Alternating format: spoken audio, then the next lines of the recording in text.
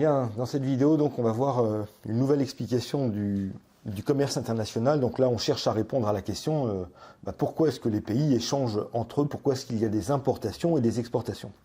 On a vu deux théories pour l'instant, les avantages absolus, on a vu les avantages comparatifs. Et simplement, ces deux théories, qui sont à mon avis très justes sous certaines conditions, n'expliquent pas l'origine de ces avantages comparatifs. Par exemple, David Ricardo estimait que les facteurs de production étaient parfaitement immobiles entre les pays.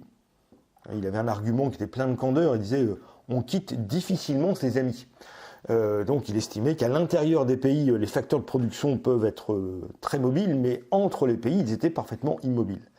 Alors cette hypothèse était peut-être à peu près réaliste en 1817, mais il est clair qu'un siècle plus tard, les coûts de transport avaient diminué, le progrès technique était passé par là, la première mondialisation même avait eu lieu, et donc il fallait faire l'hypothèse que les facteurs de production pouvaient être mobiles, et s'ils étaient mobiles, eh bien les pays avaient la même technologie. Et s'ils ont la même technologie, qu'est-ce qui va expliquer d'où va venir cet avantage comparatif ? Et donc, la loi des proportions de facteurs, que l'on doit à deux économistes, c'est une série de petits travaux, mais enfin, en gros, on tourne ça autour de 1930 à peu près. Les travaux, notamment de Heckscher, avaient eu lieu dans un premier temps. Et donc, l'argument qu'ils vont proposer, ça va dépendre des dotations de facteurs. Alors, dotation de facteurs, ça veut dire quoi ? La dotation de facteurs, ça signifie tout simplement de quel est le niveau de facteurs de production dont dispose le pays. Donc là, par exemple, on va prendre le cas de l'Australie. Alors l'Australie, c'est un pays continent, l'Océanie, donc des grandes ressources. On sent que la densité par habitant, elle est très faible. Il y a beaucoup d'habitants, mais par rapport à la surface, il n'y a pas grand-chose. Donc, et puis on va comparer ça avec l'Angleterre. Alors l'Angleterre, c'est l'inverse, c'est une île, plutôt une forte densité. Et donc l'Australie, elle est richement dotée en terre par rapport à la quantité de travail. Il est possible même qu'il y ait plus de travailleurs en Australie qu'en Angleterre, c'est possible, mais par rapport à la quantité de terre, non, elle est richement dotée en terre relativement à la dotation de travail. Donc la densité par habitant, elle est plus faible en Australie.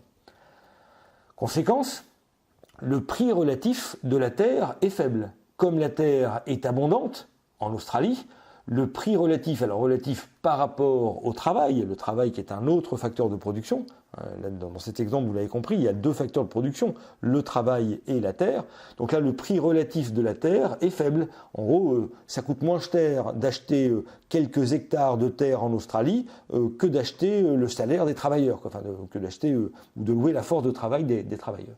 Donc le prix relatif de la terre est faible parce qu'il y en a beaucoup tout simplement. Conséquence, comme le prix relatif de la terre est faible, parce qu'on a une forte dotation en terre, eh bien l'Australie va se spécialiser dans les productions fondées sur des combinaisons à forte intensité en terre. En gros, ça veut dire que l'Australie a de bonnes raisons de se spécialiser dans l'agriculture, dans l'élevage.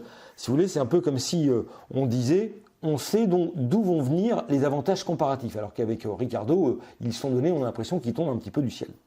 Donc du coup, ce que disent ces auteurs, l'Australie a donc intérêt et va, non seulement l'intérêt, mais naturellement, elle va se spécialiser dans ce genre de produit. Pour l'Angleterre, ça va être le contraire. L'Angleterre, elle est relativement dotée richement en travail par rapport à la quantité de terre. Donc la densité par habitant, elle va être plus élevée. La densité par habitant, elle va être plus élevée en Angleterre plutôt qu'en Australie. Donc, conséquence, le prix relatif du travail est faible. Là encore, c'est relativement par rapport à la location de la terre. Pendant longtemps, les propriétaires terriens ont eu un grand pouvoir en Angleterre parce que la terre, c'était le pouvoir. Et donc, le prix relatif du travail par rapport à cette terre, qui a un coût plus important parce qu'elle est rare, relativement rare, le prix relatif du travail, je le répète, est faible. Conséquence, l'Angleterre va se spécialiser dans les productions fondées sur des combinaisons à forte intensité de travail. Donc ça va être plutôt principalement ici l'industrie textile, les produits manufacturés, etc. C'est peut-être pas un hasard si la révolution industrielle a eu lieu, si à Manchester on avait des industries textiles extrêmement importantes, et donc on voit qu'avec cet argument de la dotation de facteurs, quand les pays se spécialisent, eh bien, voilà, ils ont leur choix de spécialisation. Mais comme ils se spécialisent, ça signifie par définition, hein, c'est tautologique, quand on se spécialise dans quelque chose, on renonce à faire autre chose. Donc là, on a les bonnes conditions pour que l'Australie, spécialisée dans les produits d'agriculture et d'élevage, exporte vers l'Angleterre, et à l'inverse, l'Angleterre puisse exporter vers l'Australie, ce qu'elle a renoncé à faire, des produits textiles ou des produits manufacturés. Donc voilà, l'argument de Heckscher et Olin, la loi des proportions de facteurs, nous donne une explication supplémentaire. Donc cette explication, elle me semble parfaitement juste. Hein. Je veux dire, pourquoi est-ce que la France importe des ananas? Tout simplement, c'est qu'on n'a pas la dotation factorielle. Ici, le facteur, c'est le climat. On n'a pas les ressources nécessaires pour faire pousser de l'ananas ou du café. Et donc, c'est la raison pour laquelle on en importe. Et donc, ça me semble... Et donc, certains pays exportent ce genre de produits. Donc là, ça me semble plein de bon sens. Dans votre manuel, vous allez voir donc ces pages 51, eh bien, vous avez ici l'argument, c'est le document numéro 5 qui évoque le modèle dont je viens de parler. Vous le direz, c'est pas très très compliqué. Voilà, donc c'est tout pour cette vidéo.